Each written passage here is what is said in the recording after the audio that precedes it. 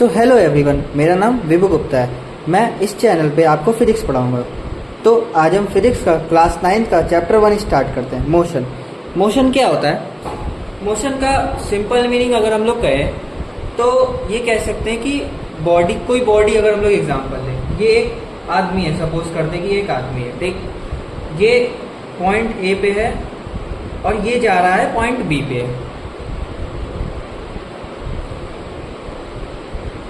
यहाँ पे पहुंच गया। अब इसने क्या किया, कुछ डिस्टेंस ट्रेवल की होगी। लेट अस सपोज ए से बी की दूरी 3 मीटर मान लेते हैं हम लोग, ठीक। मतलब इसने मोशन किया। मोशन को हम लोग इंग्लिश में कैसे डिफाइन कैसे करेंगे हम लोग इंग्लिश में? तो ऐसे बोल सकते हैं, change of position of a body with respect to time. तो क्या हो गया? चेंज ऑफ पोजीशन किसकी? बॉडी का। अगर कोई भी बॉडी पोजीशन चेंज कर रहा होता है विथ रेस्पेक्ट टू टाइम, तो वो क्या हो जाएगा हमारा बॉडी, उस बॉडी के हम लोग क्या कहेंगे, वो बॉडी किस में होगी? वो बॉडी हमारी होगी इन द मोशन, ठीक। अब हम सपोज करते हैं कि कोई ऑब्जेक्ट है, ऑब्जेक्ट छोड़ते हैं, बॉडी मान लेते हैं, ठीक। ये लेट अस सपोज कि ये जो भी है बंदर मान लो, ये बंदर यहाँ पे है, इसकी पोज बना देता हूँ, ठीक। ये बंदर यहाँ पे है। अब ये एक जगह बैठा हुआ है शांति से, तो क्या ये मोशन में है? नहीं, it is not in motion, ठीक। अब हम लोग को ये समझ में आ गया कि अगर कोई बॉडी पोजीशन चेंज कर रही होगी विथ रेस्पेक्ट टू टाइम, तो हम उसे मोशन, उस बॉडी को क्या कहेंगे? वो बॉडी मोशन कर रही है। बट अगर हम किसी चीज को हम देख रहे हैं और वो क्या कर रही है कि अपनी पोजीशन को चेंज ही नहीं कर रही है, ठीक, तो वो क्या हो जाएगा हमारा, वो ऑब्जेक्ट या वो बॉडी हम लोग का मोशन में नहीं होगा, ठीक। अब उसके बाद हम लोग एक एग्जांपल लेते हैं। लेट अस सपोज कि हम लोग भी वो देखा होगा कि हम लोग एक ट्रेन से जा रहे होते हैं, जब लेट अस सपोज ट्रेन, ये ट्रेन है हमारी, ठीक। इसके पीछे जो भी इसके बोगी आ रही है 1.5 साइड, ठीक। अब मान लो मैं यहाँ पे खड़ा हूँ और ये मेरी ट्रेन है, इसकी ये पटरी बन गई, ठीक। अब इसमें एक लड़का बैठा हुआ है, एक लड़का अंदर बैठा है, एक लड़का बाहर बैठा है, ठीक। अब जो लड़का अंदर बैठा है उसे दिखेगा कि ये बाहर वाला ऑब्जेक्ट मोशन कर रहा है। क्या कर रहा है? मोशन, ठीक। मतलब लेट अस सपोज जो ट्रेन में जो बैठा है उसे बी सपोज कर ले रहे हैं, ठीक, और जो बाहर है उसे ए कर ले रहे हैं। अब अगर ए के अकॉर्डिंग हम लोग देखें, जो बाहर वाला लड़का है उसके अकॉर्डिंग अगर हम लोग देखें, तो ए के अकॉर्डिंग वो खुद को मोशन में नहीं पाएगा, वो खुद को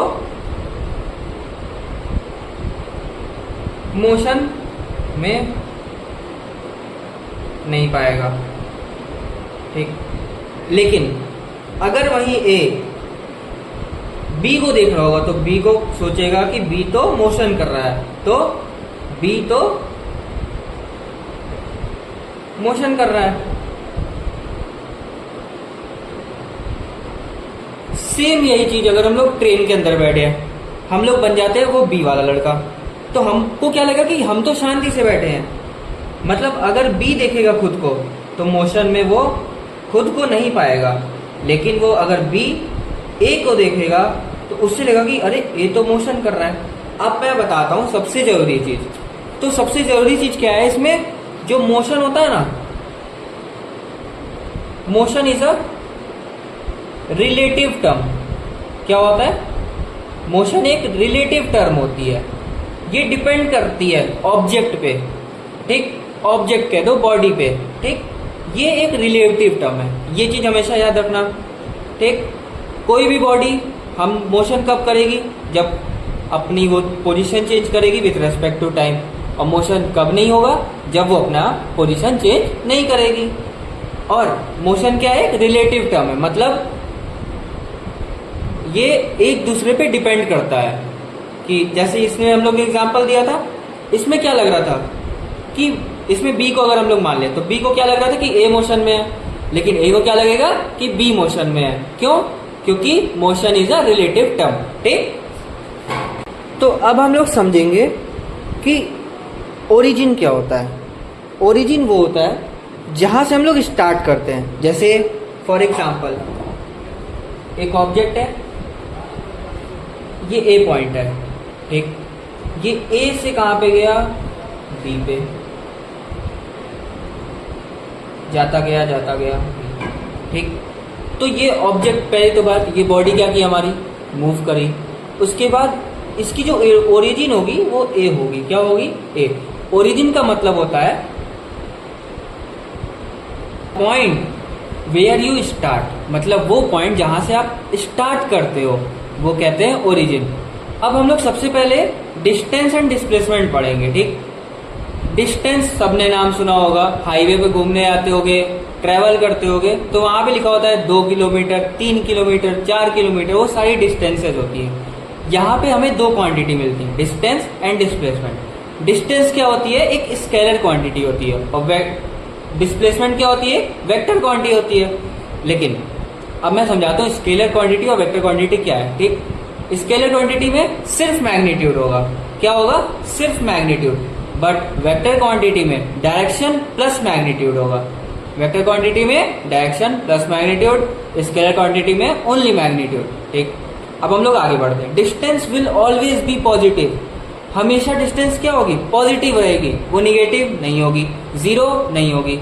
और डिस्प्लेसमेंट क्या होगी, निगेटिव भी हो सकती है, पॉजिटिव भी हो सकती है, और जीरो भी हो सकती है। समझे, ठीक। मुझे लग रहा है समझ में आ रहा होगा, ठीक है।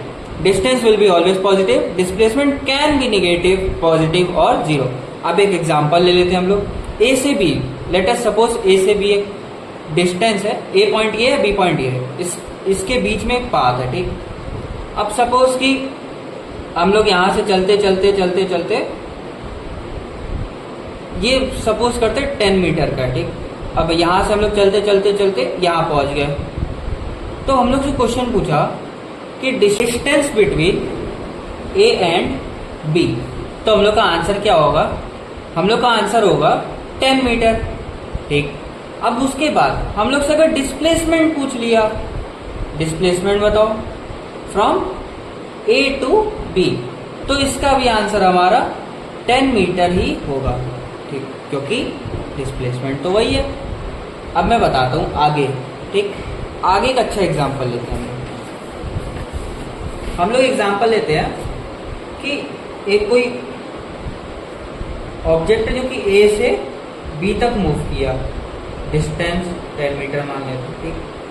पहले वो मूव किया ए टू बी, ठीक। फिर क्या किया दूसरे केस में, बी टू ए, मतलब एक बार ए से बी गया, फिर बी से वापस ए पे आया। तो अब हम लोग से क्वेश्चन पूछ रहा है distance between A and B क्या होगा, और displacement between A and B, distance of the object between A and B, ठीक, और displacement of the object between A and B, ठीक। तो डिस्टेंस तो 10 मीटर, डिस्प्लेसमेंट भी 10 मीटर। यूनिट लिखना सबसे ज्यादा जरूरी है, यूनिट नहीं लिखोगे नंबर काट लिए जाते हैं, ठीक। यूनिट लिखना सबसे ज्यादा जरूरी है। अब हम ये पूछ ले कि बताओ distance of the whole journey, whole journey मतलब ए से बी, फिर दूसरी बार बी से ए, तो कितना हो जाएगा, एक बार सोचो, एक बार खुद से, क्या पूछा है क्वेश्चन में, ए से बी और बी से ए, होल जर्नी तो यही हुई ना हमारी, तो क्या हो जाएगा, ए से बी कितना हुआ 10 मीटर, बी से कितना गया 10 मीटर, मतलब कितना हो गया डिस्टेंस 20 मीटर। अब यही पूछ ले कि डिस्प्लेसमेंट बताओ होल जर्नी की, तो पहले कहां से गया, ए से बी, फिर बी से, तो डिस्प्लेसमेंट बताओ क्या होगा, 0। लग रहा था ना 20 होगा, नहीं, गलत लग रहा था। इधर सुनो, अगर हमारी इनिशियल और फाइनल पॉइंट, इनिशियल पॉइंट का क्या मतलब होता है, इनिशियल पॉइंट वो पॉइंट होता है जहां से हम लोग शुरू करते हैं चलना, और फाइनल पॉइंट क्या होता है, जहां पे हम लोग रुक जाते हैं, जहां पे हम लोग पहुंच जाते हैं, ठीक। If initial and final point are same, अगर इनिशियल और फाइनल पॉइंट सेम होता है तो डिस्प्लेसमेंट क्या हो जाएगी हमारी, 0। डिस्प्लेसमेंट क्या हो जाएगी हमारी, 0। कब, जब initial and final points are same, displacement will be 0, ठीक। तो हम लोग आप अब अपना सेशन यहीं पे खत्म करते हैं आज का। एक बार रिवीजन कर लेते हैं फटाक से। मोशन क्या होता है? Change of position of a body with respect to time. ठीक, अब अगर कोई बॉडी मूव कर रही है तो वो मोशन में होगी, अगर मूव नहीं कर रही है, अपनी पोजीशन को चेंज नहीं कर रही है, तो वो मोशन में नहीं होगी। मोशन क्या होता है? एक रिलेटिव टर्म। एग्जाम्पल, ट्रेन में बैठा हुआ लड़का और एक बाहर खड़ा हुआ लड़का। ट्रेन में बैठे हुए लड़के को लगेगा कि बाहर वाला लड़का मोशन में है, और बाहर वाले को लगेगा कि ट्रेन वाला लड़का मोशन में है। तो इसलिए हम लोग कह सकते हैं motion is a relative term.